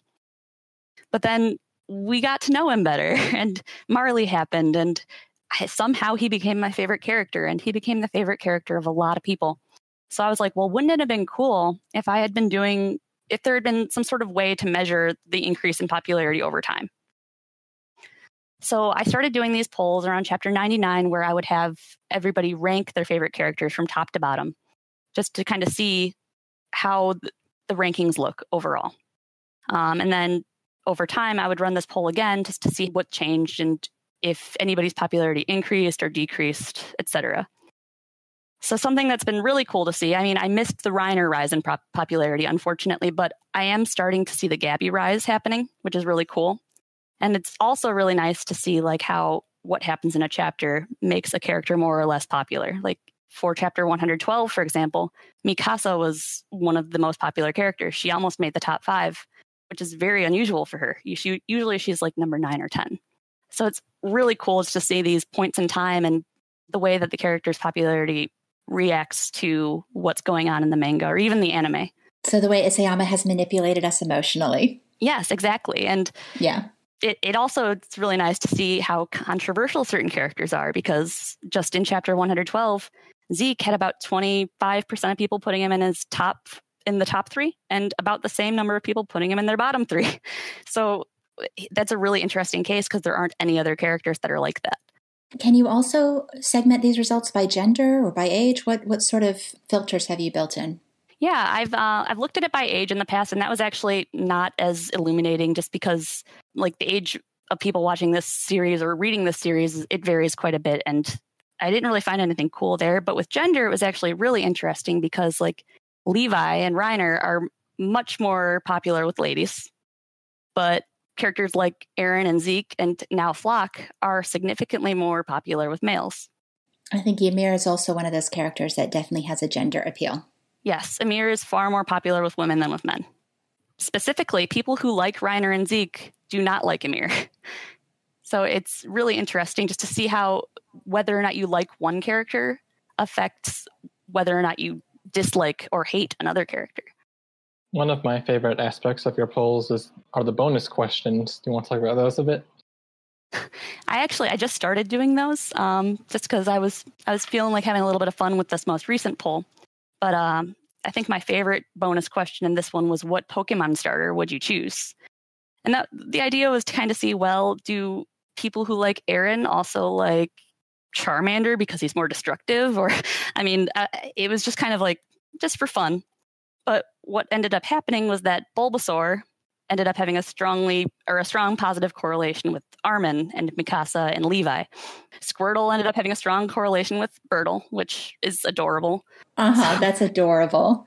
I saw the art that was generated from that. Yes, that was fantastic. That made me very happy. Leah Sparks is the best. So if somebody wanted to see the polls, somebody that's not on Reddit, what's the best way to find those? Is it on your Tumblr blog? I post them on Reddit, and I also post them on my Tumblr, yes. Okay. So we'll link to those in the description, in the podcast description, if you have a special tag for those that we can include. Okay. And moving to you, Puppet, you've been in the fandom a long time. You've had a lot of contributions, but most recently you've been publishing the chapter bingo. And I don't know exactly how long you've been doing that. Maybe tell us a little about that process. I know it's something that's hugely popular. Yeah, so it was originally created by Mega Missigno on Reddit, and he ended up handing it off to me when he started pursuing other things. And yeah, it was a great creation by him. I always really enjoyed them, so I'm really happy to have been able to take charge of it now. And when I ended up being in charge of it, I thought that it'll be really hard to come up with the spaces each month on my own. And so I decided to make it a community thing where people can suggest spaces for the bingo card, and then I'll compile them onto the card with images, and then I'll release it and we can see how many spaces happen. And last month we actually got our first bingo since I took over. This month we were close. We were one space off in I think 4 places. But it's really rare to get a bingo, but it's always fun in the community when we do.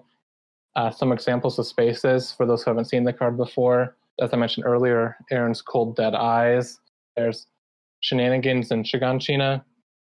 200 IQ Celestial Brain Armin. Ape Escape. Stuff like that. That's kind of memey, but could happen in a chapter. And yeah, it's a lot of fun.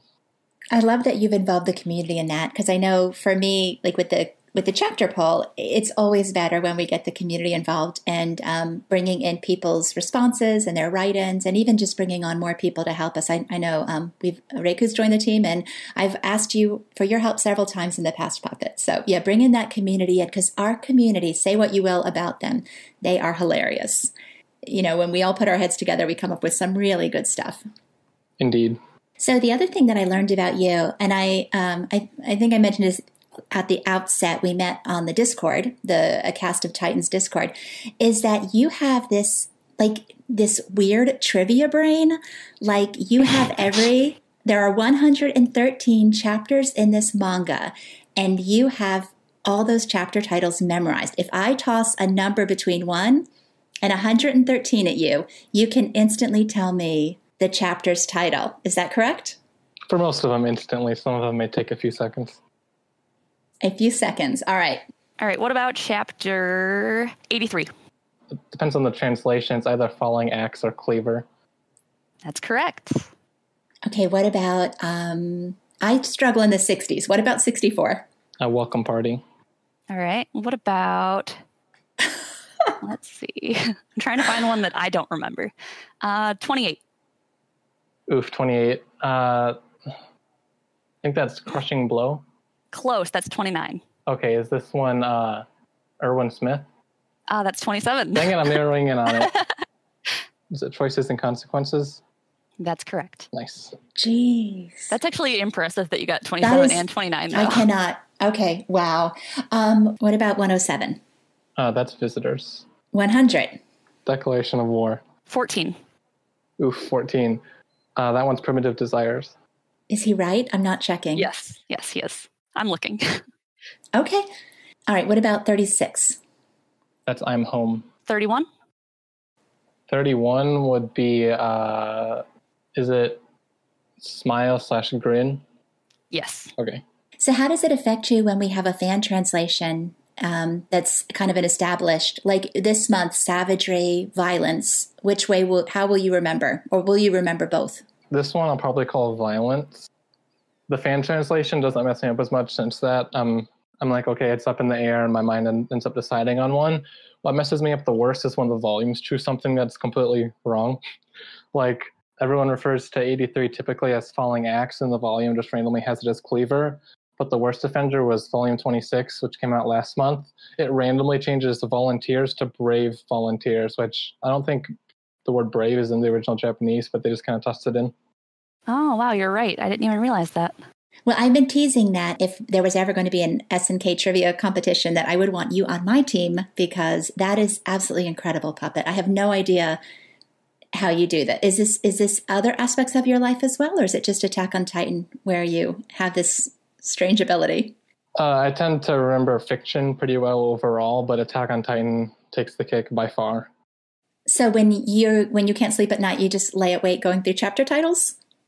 I have done that once or twice instead of counting sheep. I can't check on Titan titles. There was one time I was walking into school and it was really cold outside. And so to distract myself from the rigid cold, I went through every chapter. And 112 was the most recent one at that time. Well, I'm impressed. All right, so Puppet has established himself as the Shingeki no Kyojin trivia master. So we thought it might be fun to put together a little friendly competition between two of the podcasters, Puppet and Montaku, to see who can out-trivia the other. Puppet, you're going down. Probably, to be honest. No, I doubt it. So I'm going to ask each of you guys a question, one at a time. Who wants to go first? You can. It's your podcast. Okay. What's the correct arm for a Marley armband? Oh, this is hard for me because I have to mentally picture what left and right looks like. And then you have to wonder if the character you're picturing is wearing the armband on the correct arm. And Exactly. I'm picturing Xaver throwing the ball. I think he's throwing it with his left arm and it's on his left arm. So final answer, left. That's correct. Ding, ding, ding. Yay! All right, Puppet's turn. What new addition can be seen in Shiganshina in chapter 113? Ooh, the crater, which I'm not sure if it's a lake or not. It's like the colossal Titan crater thing. And crater was the answer I was looking for. Nice. So you got it.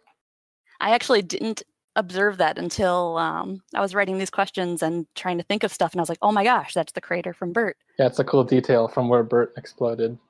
Mom, your turn again. You guys are tied. Of the 9 Survey Corps members to survive Shiganshina, which have we not seen use Thunder Spears? Oh, let's see. Of the 9, use them or have them? Use them. So Sasha, Connie, Jean, and Mikasa were all involved with the attack on Armored Titan. That's 1, 2, 3. Oh, 9. Floch, duh.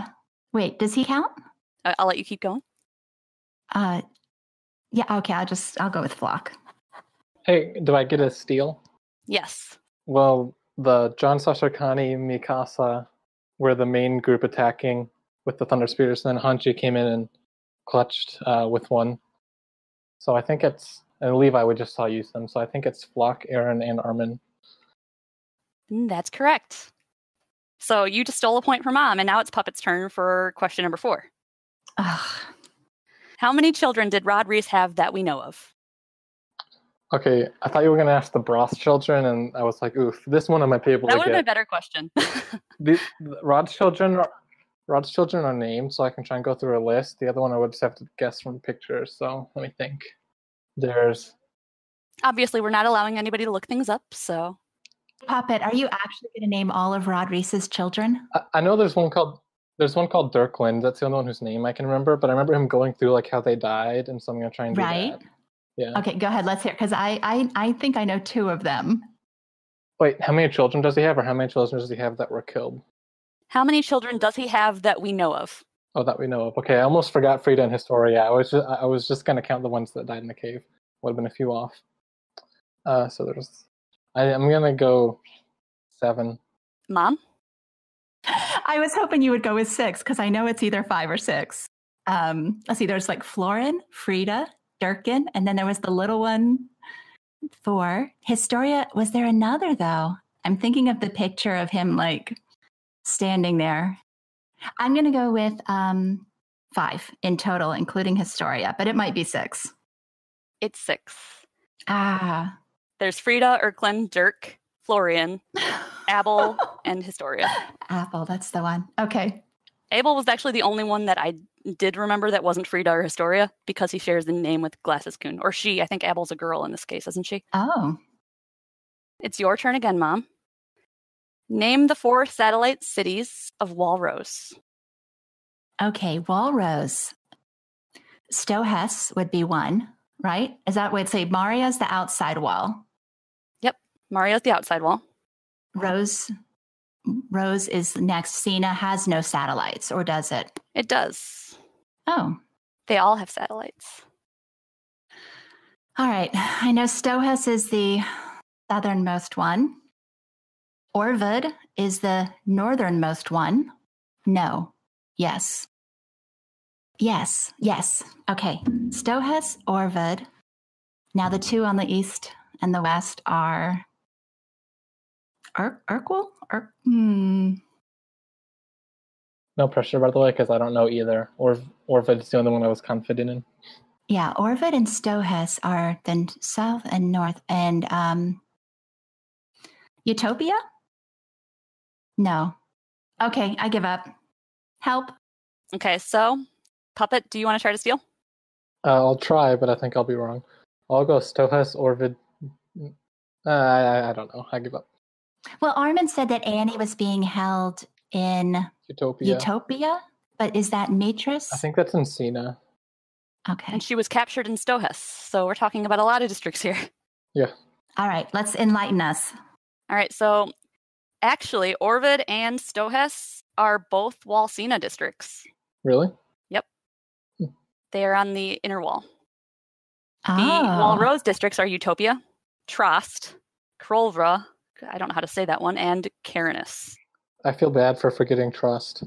Okay, so I got Utopia right. So Yeah, I got one tiny, yes. But that's okay.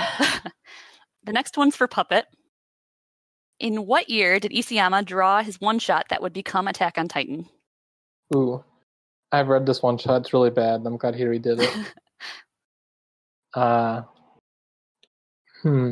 Mom probably knows this one. I'm not sure. This was a Luna question, so. Ooh. Any guesses? Let me do some quick math. One memento. Would this be the year he won the competition with it? I think that would be the year he drew it, isn't it? I don't think there was any difference in time. Okay. There's a range of 3 years. I think it's in. I'm going to go 2007. Mom? That was my guess too. So that means it's one up or one down. I'm going to go with, he was 19 when he wrote it. So I'm going to go with 2006. Ding! You stole a point. Okay. And now it's Mom's turn. And you each have 2 points.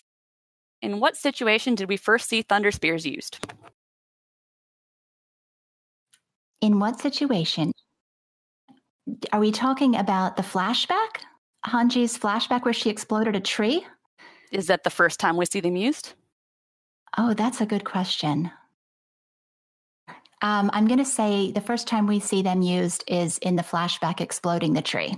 You are correct. I liked that question. That is a good question. I like this next one too for you, Puppet. Ooh, hopefully I like it too. Paradise suffered 8 casualties in the attack on Liberio. All of these deaths were shown to the reader. Who had the second highest number of kills on the Marley side? Ooh, second highest number of kills. So, Gabby killed 2. How many deaths were there? 8, you said? Yep. Okay, Gabby killed 2. I don't remember Porco killing 1. Zeke and then the gunners on Peak, I think, killed people. I don't remember exactly how many.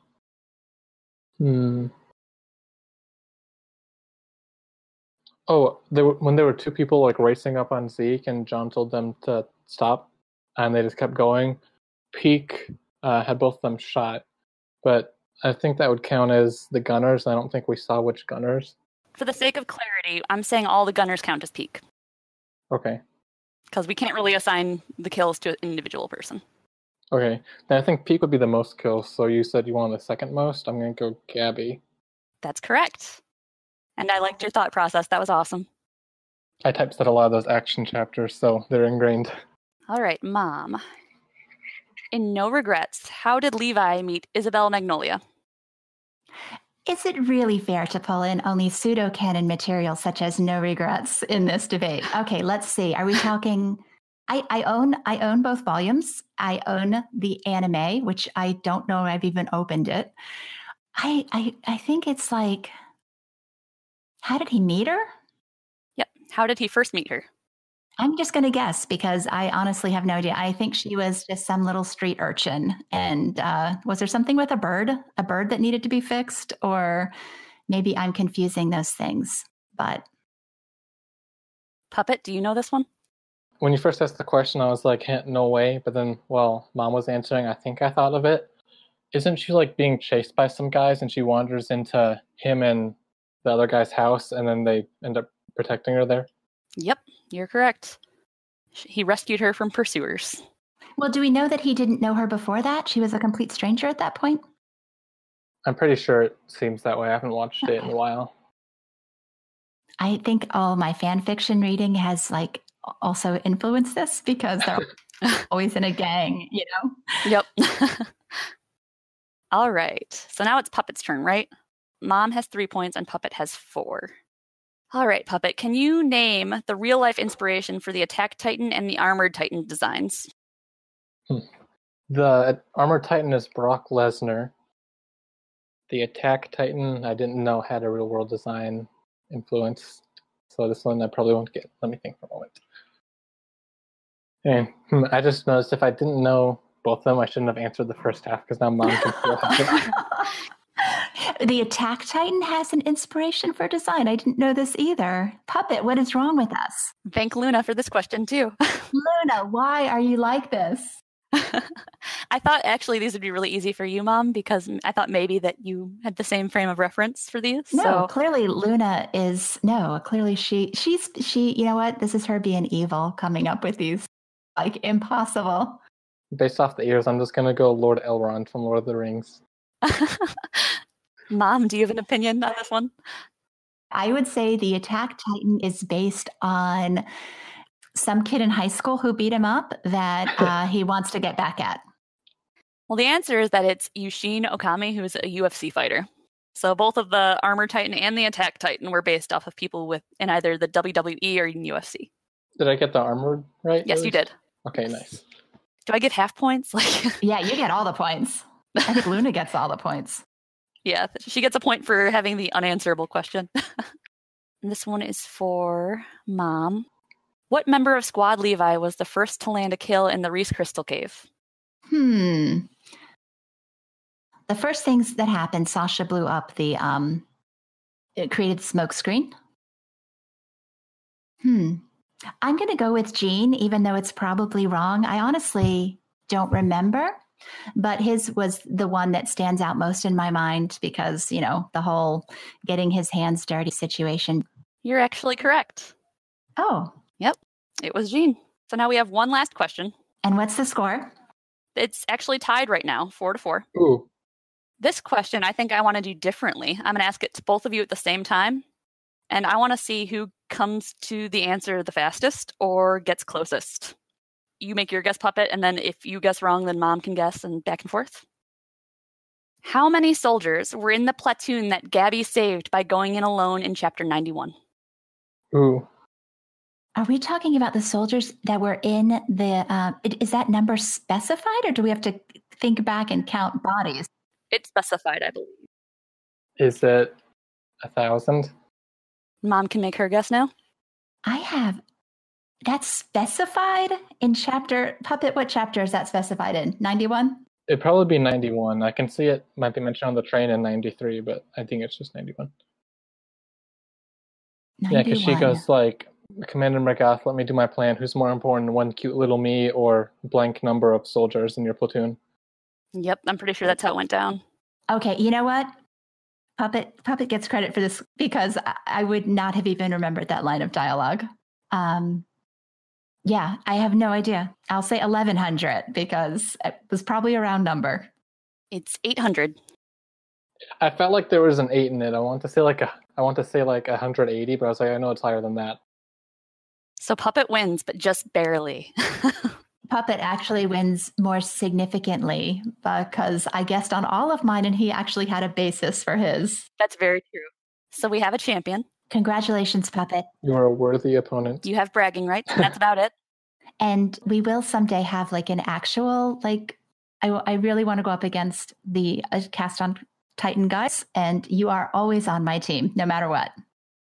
Yeah, I want Puppet on my trivia team, always. Yeah, I'm looking forward to teaming up with you instead of combating you. Clearly, Luna needs to be the question master, or maybe not. Maybe she needs to be completely disqualified from ever coming up with another question. Yeah, nobody will get any points if Luna does all the questions. Was there anything else you guys wanted to talk about, or should we end it? I think that's it. Okay. Thank you for listening to our podcast. Luna will be back next month for our Chapter 114 discussion. As always, we welcome your comments and questions, and we truly appreciate your support. I'd like to thank Puppet and Reiku for helping me this month. You guys were both fantastic. Thank you so much. Thank you so much for having me. I had a lot of fun. Yeah, thanks for asking me on. It was a good time. You guys were great guests, and you made this very easy not having Luna here. So thank you for offering your hearts and ears, and we'll see you next month.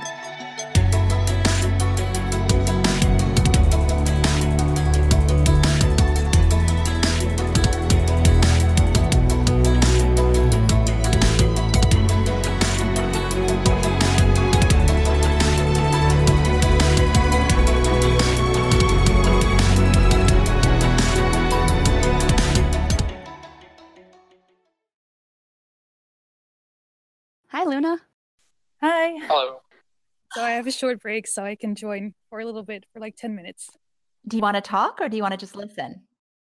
I think it's better if I listen.